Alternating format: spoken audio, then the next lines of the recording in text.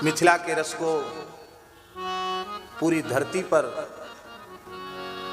बरसाने वाले पूज्य बक्सर वाले महाराज जी, जिनको श्री जानकी जी ने स्वयं प्रकट होकर अपना भैया कहा था। बहुत ध्यान से सुनो, बक्सर वाले मामा जी के जीवन का एक प्रसंग है। उनके गुरुदेव परम सिद्ध संत भगवत प्राप्त महापुरुष महर्षि श्री खाकी बाबा सरकार।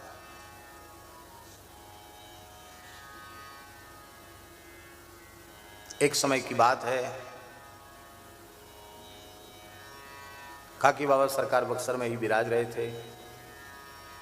मामा जी कहीं बाहर से वृंदावन से शायद लंबी यात्रा करके पधारे थे। बाबा ने ही याद किया था, थके हुए थे, थोड़ी देर विश्राम में चले गए। बाबा ने याद किया तो जैसे थे वैसे उठे चले आए। मस्तक पर तिलक नहीं था। क्या? मस्तक पर मामा जी के तिलक नहीं था।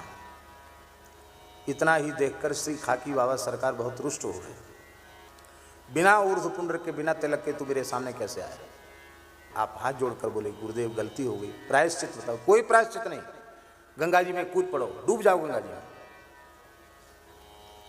बक्सर में गंगा जी कितनी अथाह हैं, आपने देखा होगा।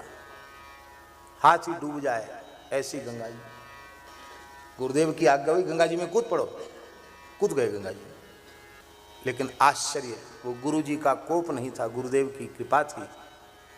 आप कूदे तो भादों की चढ़ी हुई श्री गंगा जी में आपके घुटने तक ही भीजे, घुटने तक जल।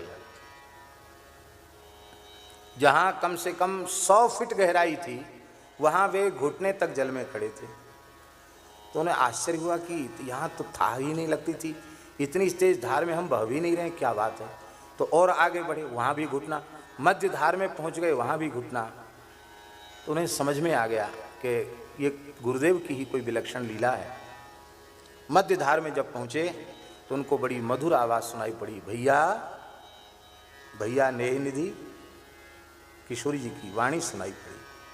देखा तो साक्षात किशोरी जी ने हाथ पकड़ लिया, कहा भैया परीक्षा हो गई, आ जाओ। किशोरी जी हाथ पकड़ के लौटा के लाए।